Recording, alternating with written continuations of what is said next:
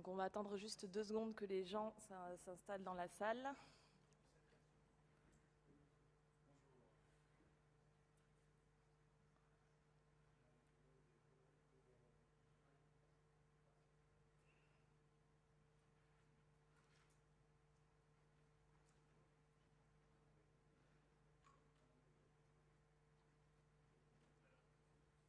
Donc je rappelle pour les personnes présentes dans la salle que vous pouvez avoir accès à la traduction, donc français-espagnol, donc vous pouvez récupérer un casque à l'entrée, et que cette conférence est retransmise en streaming. Donc pour les personnes, je salue les personnes qui sont en streaming derrière leur ordinateur.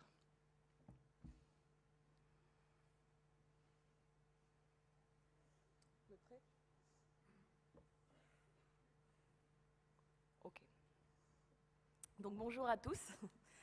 Nous allons, après les débats très intéressants qui ont eu lieu ce matin, on a fait un petit peu l'historique du naufrage du Prestige, on a rappelé un peu les systèmes d'indemnisation et aussi où les collectivités territoriales ont pu témoigner de ce qu'elles ont fait au moment du Prestige et quels ont été les moyens mis en place lors de marées noires. Nous allons accueillir cet après-midi 4 intervenants pour le workshop « L'innovation pour préserver l'intervenant ». Donc, sans fioriture, je vais directement appeler au pupitre Monsieur Christophe Rousseau, adjoint au directeur du CEDRE depuis 1995, et il est notamment responsable du département de préparation à la lutte, et il va nous parler de l'innovation, donc l'évolution dans les techniques et les stratégies de lutte contre la pollution. Merci Antidia, merci aussi de m'avoir invité et de m'avoir choyé depuis le début pour venir ici.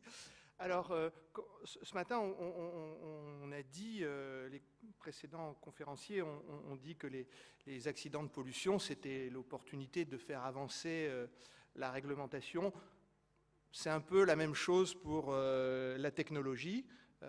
C'est comme les guerres au sens large, hein, ça fait avancer la technologie.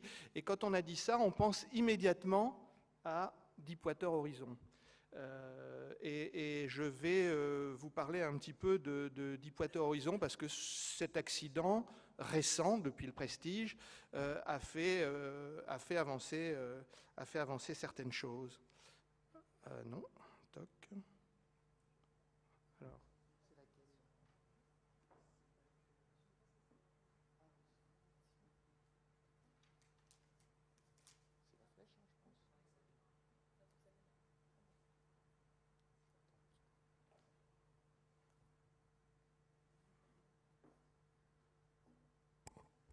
Est-ce que vous pourriez lancer la présentation de Monsieur Rousseau en régie ?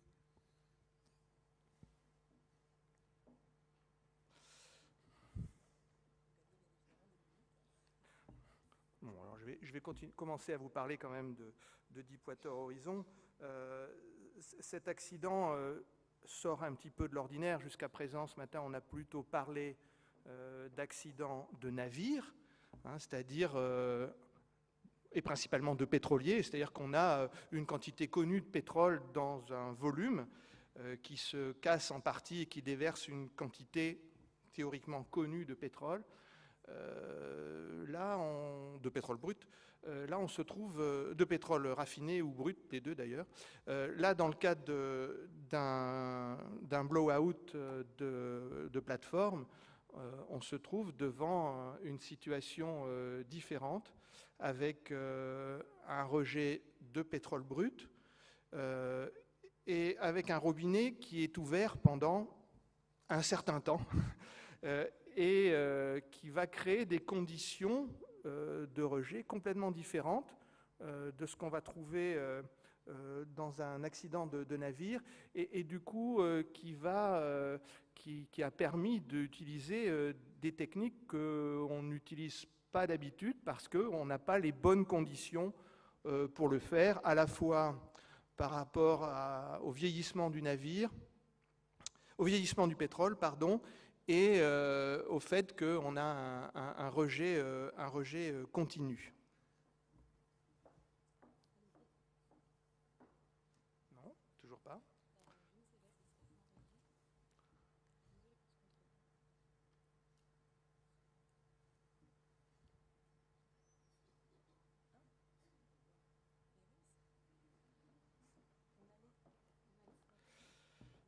Alors cet accident est survenu le 20 avril 2010 et a quand même engendré la mort de 11 personnes, il ne faut pas l'oublier.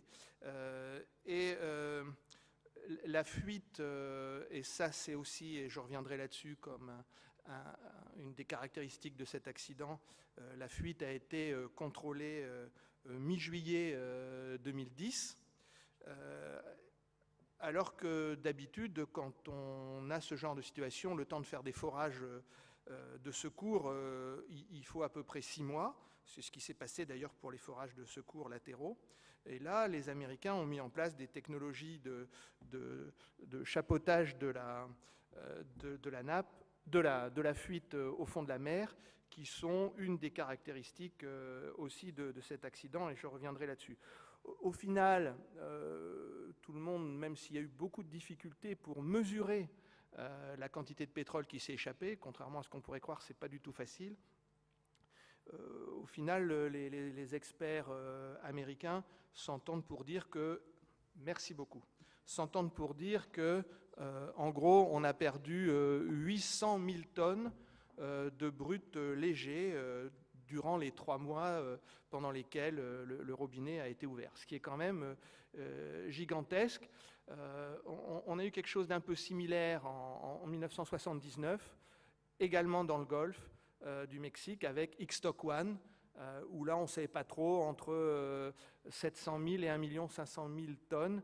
Et cet accident avait permis de faire connaître Red Adair à l'époque. C'était la première grosse opération de Red Adair. Alors, ce qu'il faut voir dans cet accident, c'est que les Américains avaient une stratégie très claire et très simple, c'était de tout mettre en œuvre pour que la pollution n'arrive pas dans le delta du Mississippi. C'est la deuxième réserve, zone humide américaine. C'est une zone extrêmement sensible, avec des marécages, des bayous, des mangroves. Et donc, cette stratégie claire, ils l'ont mise en œuvre avec, comment dirais-je, à l'américaine, quoi, Hollywood, donc avec tous les moyens possibles et inimaginaux même qu'on peut trouver à la surface de la Terre. Et on arrive, dans ce contexte-là, à des chiffres absolument hallucinants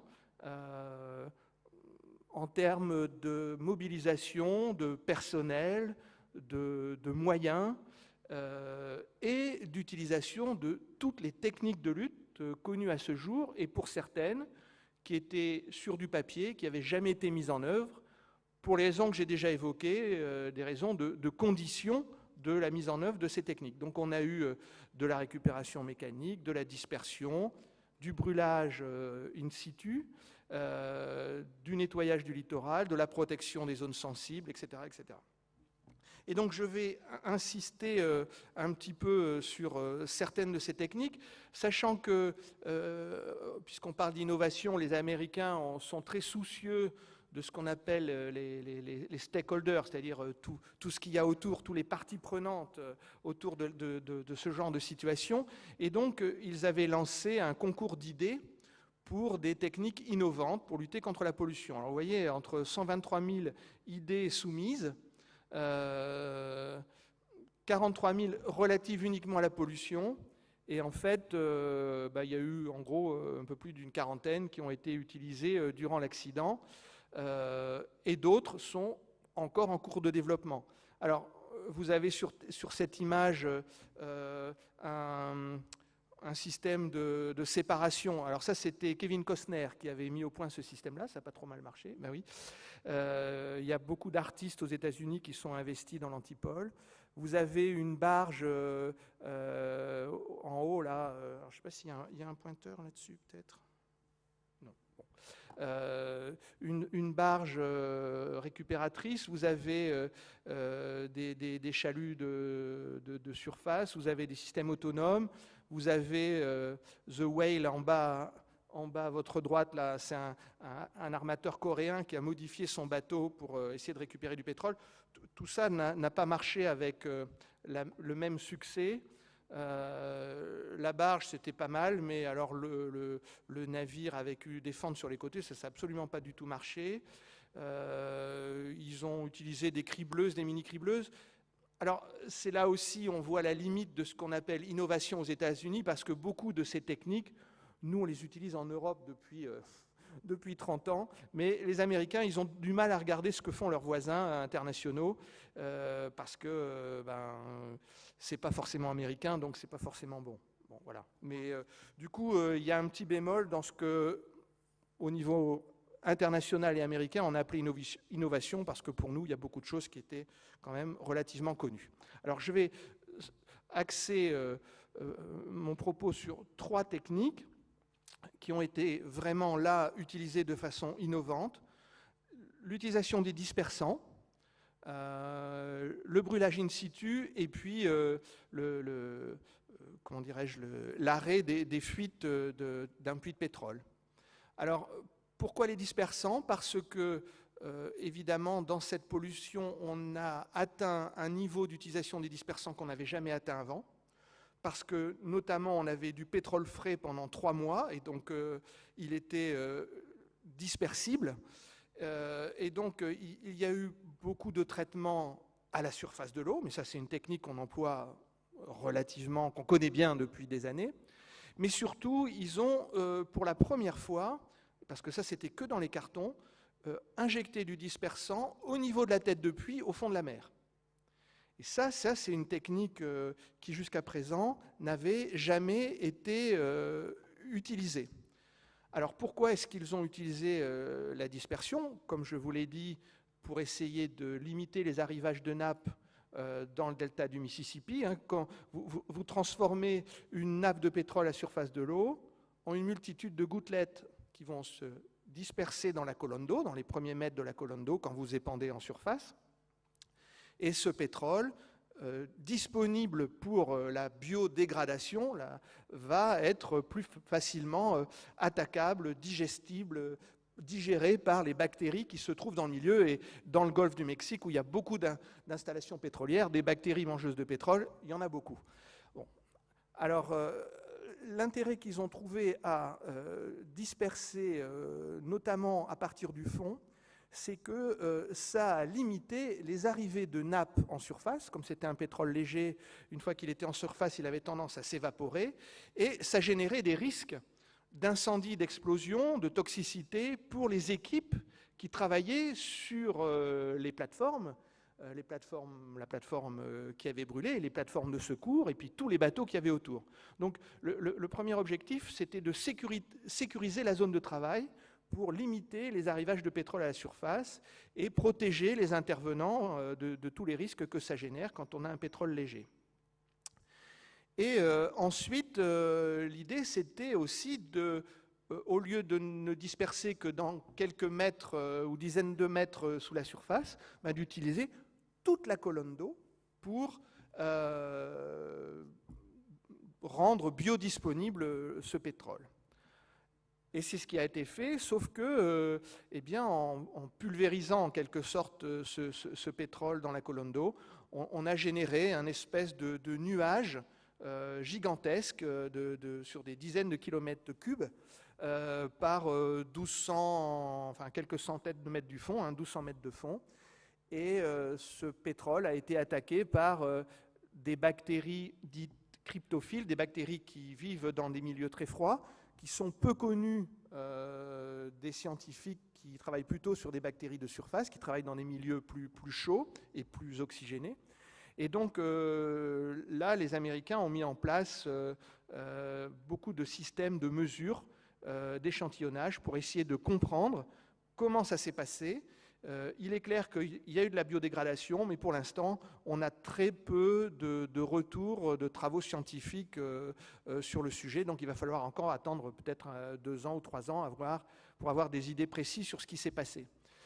Donc ils ont eu aussi des difficultés à modéliser ce nuage et également à mieux comprendre les phénomènes physico-chimiques qui ont permis au pétrole de se transformer en ces micro-gouttelettes.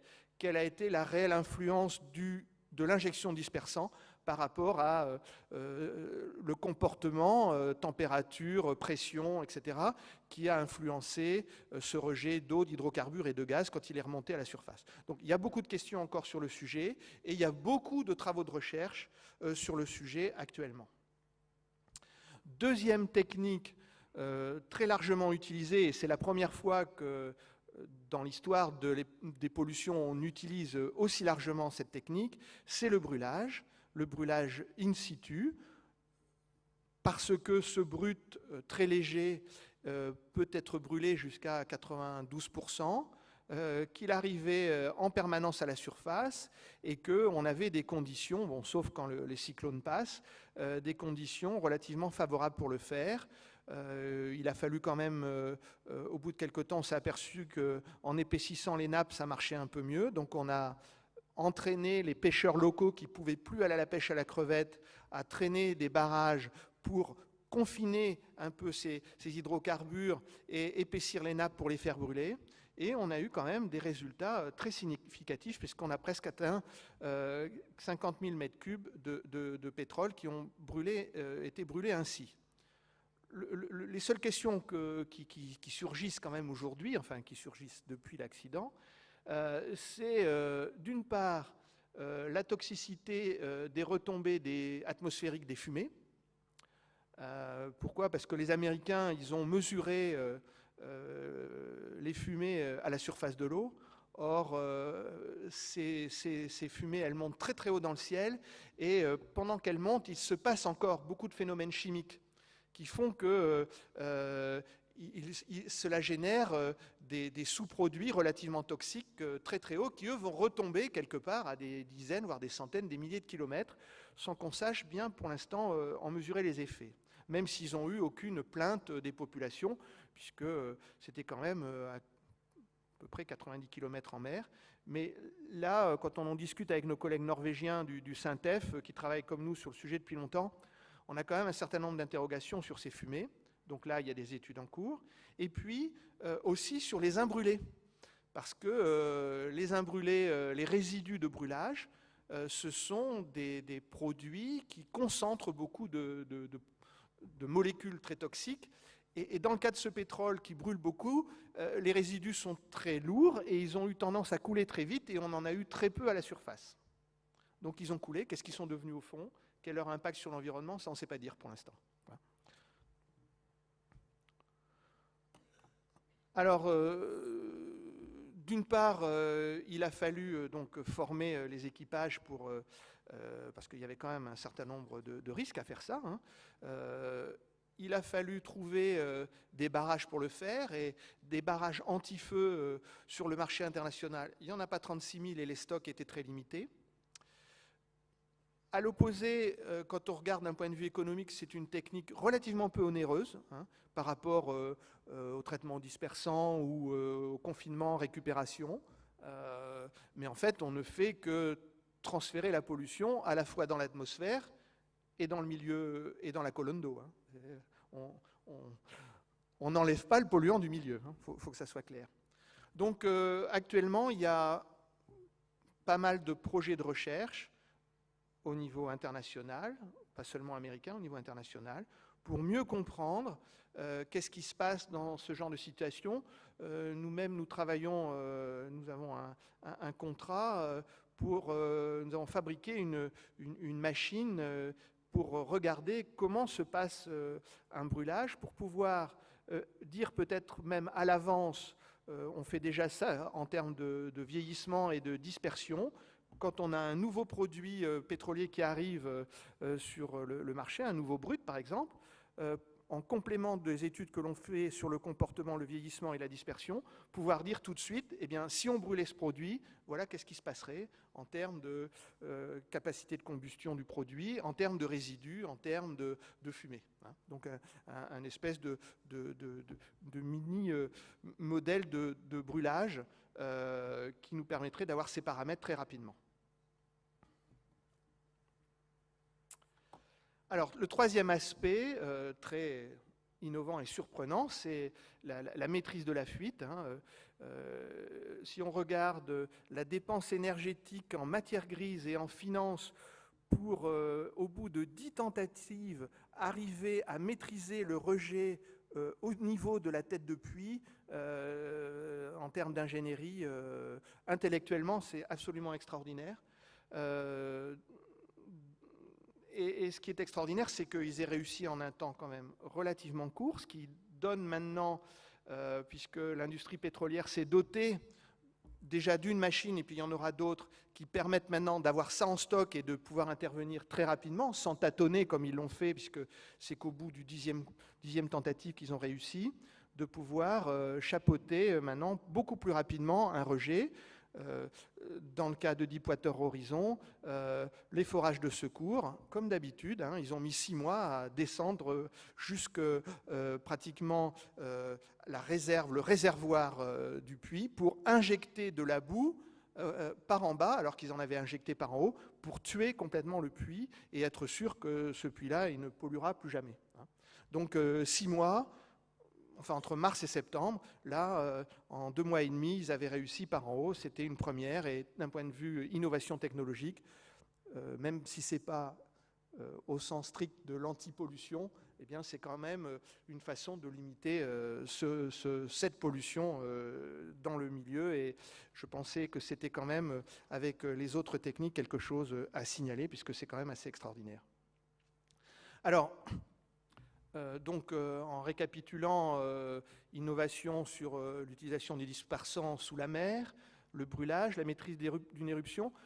Il y a eu beaucoup d'autres techniques qui ont été mises en œuvre de façon assez innovante sur toutes les techniques d'échantillonnage, de suivi, de mesure. Les Américains ont accumulé des tonnes de données. Donc maintenant, les programmes qui sont lancés vont permettre d'exploiter tous ces résultats pendant plusieurs années.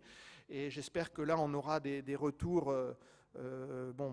BP a dit que les données seraient disponibles pour les scientifiques du monde entier sans réserve. Bon, on verra. Hein. Et puis, des méthodes de calcul qui restent encore améliorées sur l'évaluation du rejet de la tête de puits. Là, nous, on a trouvé extraordinaire que l'industrie pétrolière ne soit pas capable de nous dire combien de pétrole était rejeté d'une tête de puits. Enfin, bon, mais en fait, ils n'y arrivaient pas. Ils n'avaient pas de technique vraiment précise pour faire ça. Et puis, il y a plein d'autres choses qui sont en cours, non seulement au niveau américain, où là, les Américains ont des milliards de dollars qui ont été générés et notamment fournis par BP hein, pour faire des études, pas seulement sur l'innovation technologique, hein, il y a beaucoup d'études sur l'impact qui ont été lancées, mais l'industrie pétrolière internationale a également lancé des programmes de recherche extrêmement importants sur le sujet, auxquels nous sommes associés en partie, et puis des pays comme la Norvège ont lancé un appel à projet peu de temps après Deepwater Horizon, et sur 250 de mémoire, 250 propositions, ils nous en ont retenu 20, et on devrait avoir en cours d'année les premiers résultats de ces études, et vous voyez que ça couvre vraiment un champ assez large de techniques qui vont de la récupération en mer, l'utilisation des barrages, les dispersants, la détection,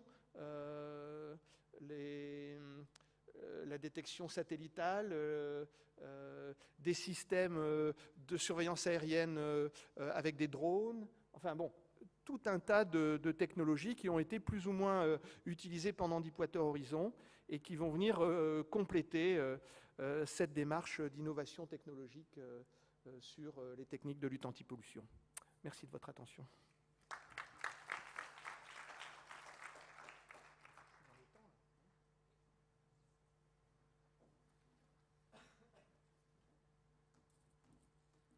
Donc oui, vous êtes dans les temps, je vous remercie d'ailleurs, parce qu'on a pris pas mal de retard depuis ce matin. Donc c'est vrai que vous avez choisi d'axer votre présentation sur Deepwater Horizon. Vous m'avez confié qu'il y avait beaucoup d'autres moyens innovants de lutter contre la propagation de pétrole ou d'hydrocarbures. Si on a un petit peu de temps, on approfondira cette question. Je vais désormais appeler au pupitre